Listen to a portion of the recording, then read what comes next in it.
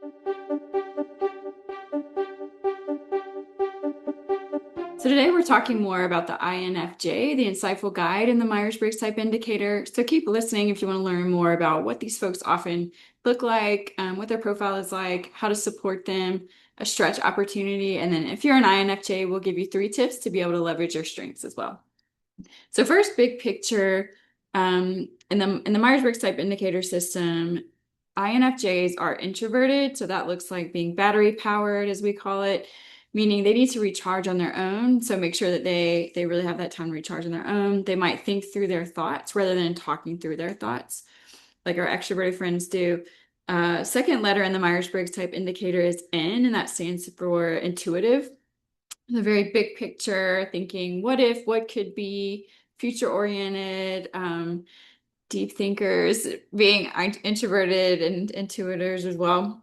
So that is the second letter is N, intuitive. F is their third letter, so it stands for feeling in the Myers-Briggs Type Indicator. Of course, we all think, we all feel, but folks with a feeling preference are more want to think more about the impact on people first and are often very led by their values as well. So really in tune with what their values are. That purpose orientation is really important. So INF and then the last letter is J, so that stands for judging. Does not mean that they are judgmental, but when you see a J in the Myers-Briggs Type Indicator system, essentially like in layman's terms, it looks like wanting closure more quickly. So we say looking at the environment as decisions to be made rather than options to be explored.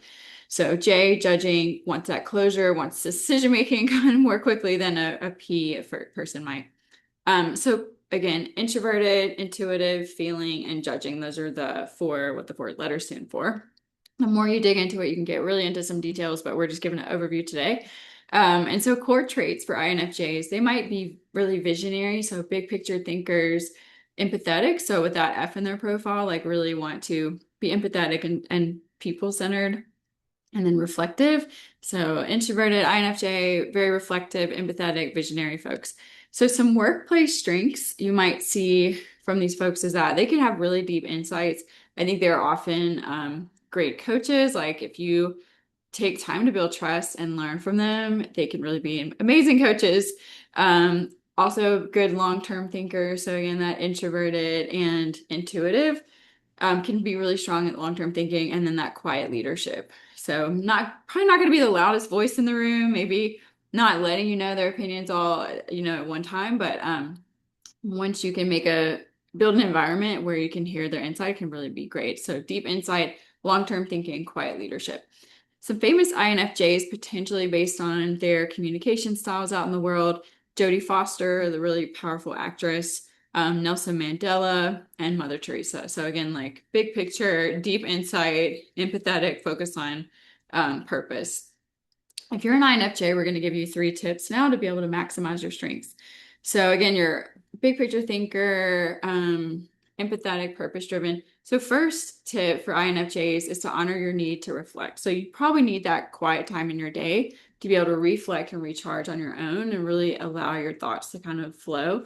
So make sure you build that into your day. If you don't have that naturally in your calendar, like take some time to figure out where you can get that time, whether it's early morning, late at night, at home, on a lunch break, somewhere, like really make sure you build in that time to be able to honor your need to reflect. Second tip is to be able to lead with purpose. So you're probably really motivated by meaning. I know all the INFJs that I know are really motivated by that deep purpose and meaning. So make sure that you honor that and spend time on things that align with your values. And yeah, take time to figure out what that is and to really find time to build time in to lead with purpose.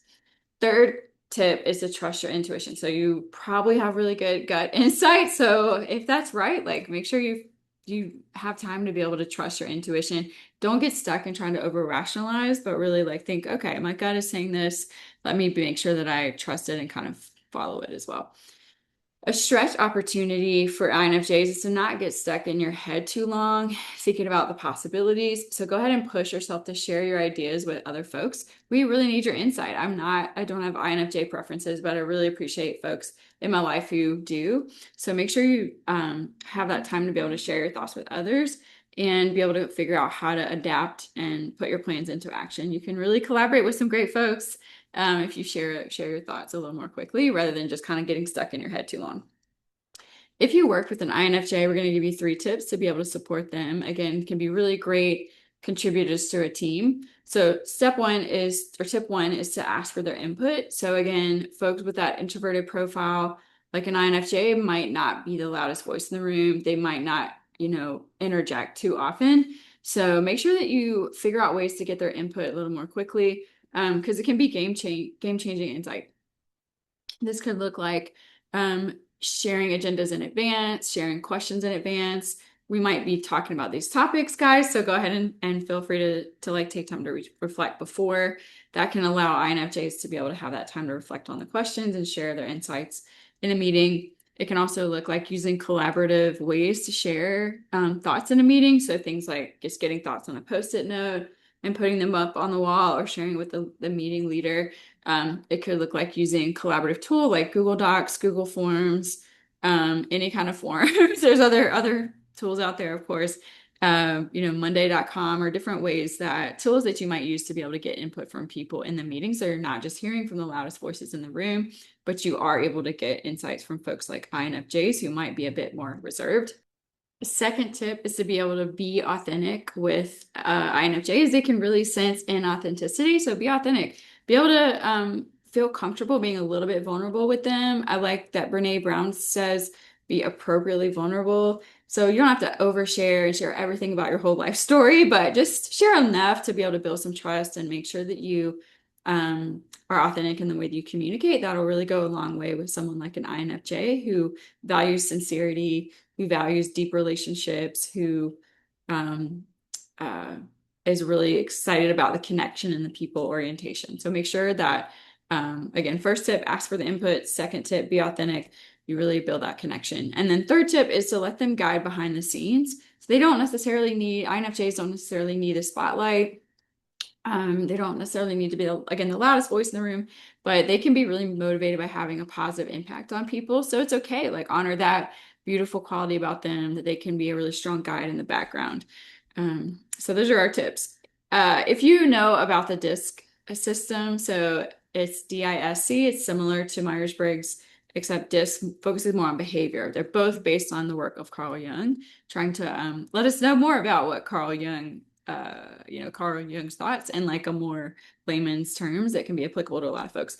So if you know about the DISC style, or if you're interested, oftentimes INFJs, there's an overlap. They might bring high S behaviors in the DISC system. So that is steadiness. So they can be really motivated again by the impact on people, being behind the scenes, kind of like the glue on a team, really aware and in tune to empathy and what's going on with different folks. So make sure that, again, we have ways to be able to learn more about their insights and to build trust with them.